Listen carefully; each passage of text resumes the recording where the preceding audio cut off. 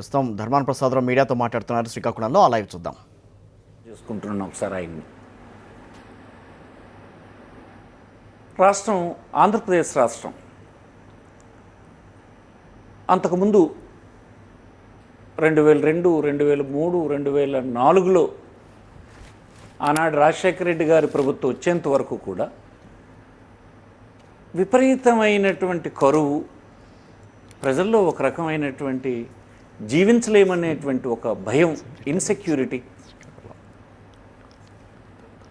ఈ రాష్ట్రం నుంచి అనేక మంది రైతులు ఇతర ప్రాంతాలకు వలసలు వెళ్ళడం, వ్యవసాయాన్ని ఇక కొనసాగించలేమని మెడకు ఉరితాడు తగిలించుకొని చనిపోవటం.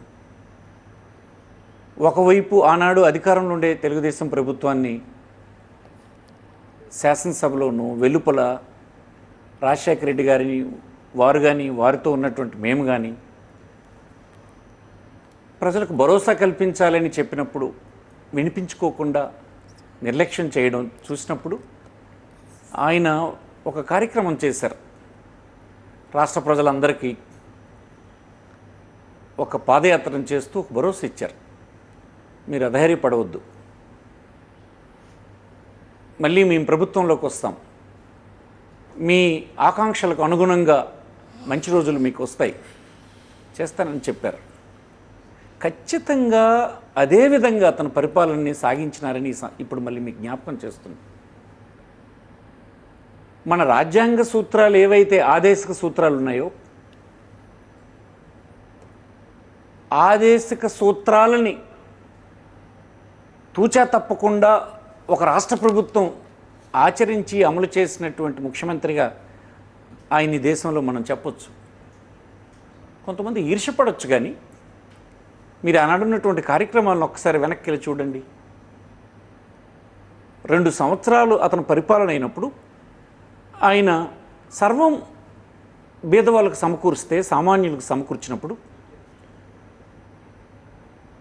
ఒకవైపు మళ్ళీ రైతులు వచ్చి మా పరిస్థితులు బాగులేవని విజ్ఞాపనలు తీసుకుని అతని ఇంటి వద్దకు వచ్చినప్పుడు అతను ఆలోచించేశారు, ఎందుకు ఇన్ని రకాల సహకారాన్ని అందిస్తున్నా ఇంకా ఆందోళనతో, ఆవేదనతో, నిస్పృహలో ఉన్నారు ఎందుకని ఆలోచించినప్పుడే ఆయనకు ఒకటి అర్థమైంది. ఒక ఉమ్మడి కుటుంబంలో వారికి ఉండేటువంటి అరకొర ఆదాయం ఎవరో ఒకరు అనారోగ్యం పాలైనప్పుడు ఈ హాస్పిటల్లో పెద్ద ఎత్తున వారు దాన్ని ఫీజుల రూపేణా చెల్లించడంతోనే కుటుంబాలు చిదిగిపోతూ ఉండేవి. ఆనాడు వచ్చినటువంటి ఆలోచనే ఆరోగ్యశ్రీ. ఎంత భరోసా ఇచ్చింది అది. ఒక బీదవాడు అంతకుముందు తన కుటుంబంలో ఒక వ్యక్తి అనారోగ్యంతో ఇంటి ముందు పడి ఉంటే కుటుంబ సభ్యులంతా అతని చుట్టూ చేరి ఇతను మరణించేంత వరకు రోధించడం తప్ప ఏమీ చేయలేని నిస్సహాయ స్థితిలో ఉన్నటువంటి కుటుంబానికి నేరుగా ఒక్క నయా పైసా చెల్లించకుండా కార్పొరేట్ వైద్యం పొంది దర్జాగా ఇంటికి రావాల్సినటువంటి సదుపాయం వచ్చినప్పుడు వారిలో ఎంత కాన్ఫిడెన్స్ ప్రభుత్వాల మీద కుదిరిపోయిందనంటే ప్రత్యక్ష సాక్ష్యం నేను. మాలాంటి వారు బ్రతుకులు ఇంతే, మాలాంటి వారికి రోగం వస్తే చనిపోవడం మినహా మాకేం గతి లేదు, ఎందుకంటే ఏం చేయగలం అనేటువంటి పరిస్థితి కదా ఆనాడు రాష్ట్రంలో. అప్పుడు ఆయన ఆలోచనే కార్పొరేట్ వైద్యం అందించింది. ఆ కార్పొరేట్ వైద్యం అందించడానికి అసలు మూల కారణం ఏంటంటే, కొన్ని సంక్షేమ కార్యక్రమాలు ప్రభుత్వాలు అమలు చేస్తున్నప్పటికీ కూడా వారిలో ఉండే నిస్పృహ ఎలా తొలగించాలన్నప్పుడు కొన్ని కేస్ స్టడీలు చేసినప్పుడు అర్థమైంది అతనికి. ఇట్లాగా ఆ కుటుంబంలో, ఉమ్మడి కుటుంబంలో ప్రతి సంవత్సరం ఎవరో ఒకరు అనారోగ్యం పాలవడం, ఆ ఫీజులు చెల్లించలేక ఉన్నటువంటి కొద్దో గొప్ప వ్యవసాయ భూమినో, ఇల్లునో, మెడలో ఉన్నటువంటి వస్తువులనో తాకట్టు పెట్టి నిస్సహాయంగా, నిస్పృహతో బ్రతికినటువంటి సందర్భాలు ఆయన దృష్టికి వచ్చినప్పుడు అది తొలగించడానికి తెచ్చిన స్కీమే రాజీవ్ ఆరోగ్యశ్రీ. అది దేశంలో మొట్టమొదట కదా మన రాష్ట్రంలో అమలు చేసినటువంటి ప్రోగ్రాం కదా.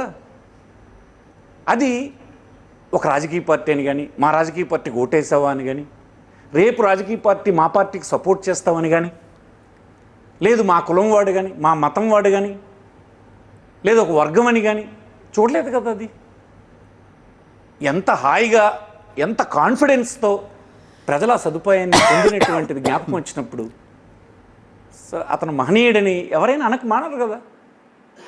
మీరు అలాంటివే కొన్ని తీసుకోండి. చిన్న ఉదాహరణ చెప్తాను. హౌసింగ్ అనేది ఈ రాష్ట్రంలో ప్రతివాడికి ఇల్లు కట్టాలన్నది ఎంత కాన్ఫిడెంట్గా అతను చెప్పేవాడు అన్నాడు. ఏదైనా ఒక బహిరంగ సభలో మాట్లాడితే అతను చెప్పేవాడు. మళ్ళీ ఈ ప్రాంతానికి వచ్చి ఒక బహిరంగ సభలో నేను మాట్లాడి మీకు ఎవరికైనా పక్కా ఇల్లు లేదా అని అడిగితే ఏ ఒక్కరు కూడా చేయెత్తడానికి వీలు లేదు అని ధైర్యంగా చెప్పేవాడు అతను. అందులో ఎంత కాన్ఫిడెన్స్ ఉండేదంటే, ఎంత భరోసా ఉండేదంటే. అలాగే అతను తీసుకున్నటువంటి ప్రోగ్రాం రాష్ట్రంలో బెదవాళ్ళందరికీ ఇల్లు వచ్చాయి కదా నేడు. మా జిల్లా ఉదాహరణ, ఇచ్చాపూర్ నుంచి రణస్థలం వరకు 170 కిలోమీటర్లలో ఫిషర్మ్యాన్ అందరికీ ఇల్లు వచ్చాయంటే ఎవరి వల్ల వచ్చాయి చెప్పమనండి. రాజకీయాలు కాదు కానీ. మొన్న హుదూద్ తుఫాన్ వస్తే శ్రీకాకుళం, విజయనగరం, విశాఖపట్నం తీరంలో ఉండేటువంటి ఒక ఇల్లు పడిపోలేదు. కారణం ఎవరు చెప్పండి? 60 సంవత్సరాలు అనేక మంది పరిపాలన చేసిన సందర్భాల్లో ఈ సమస్య నిరంతరం వేధిస్తుండేది సముద్రపోటులో ఉన్నటువంటి గ్రామాలన్నింటినీ. ఒక ఇల్లు ఎగిరిపోలేదంటే మీరు ఆశ్చర్యపోతారు.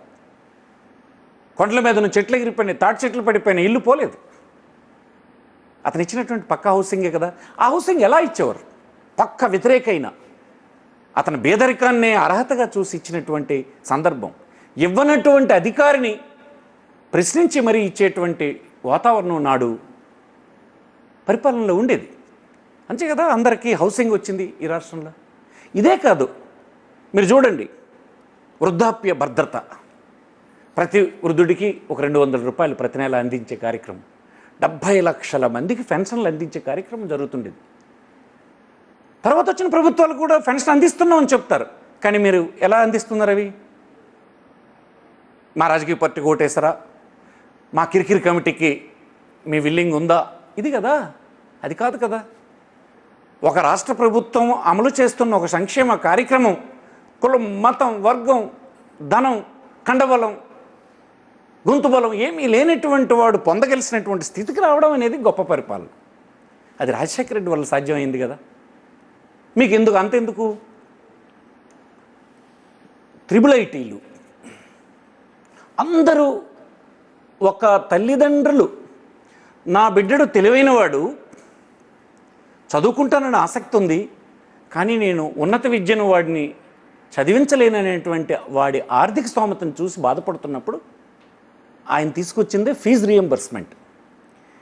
తన రాష్ట్రంలో ఉండే ఏ పేద తల్లిదండ్రులు కూడా తన కొడుకు పేదరికం వలన ఉన్నత విద్యను అభ్యసించలేదు అనేటువంటి అపవాదం ఉండకూడదని, ఆ నిరుత్సాహం ఉండకూడదని ఫీజు రియంబర్స్మెంట్ తెచ్చారు.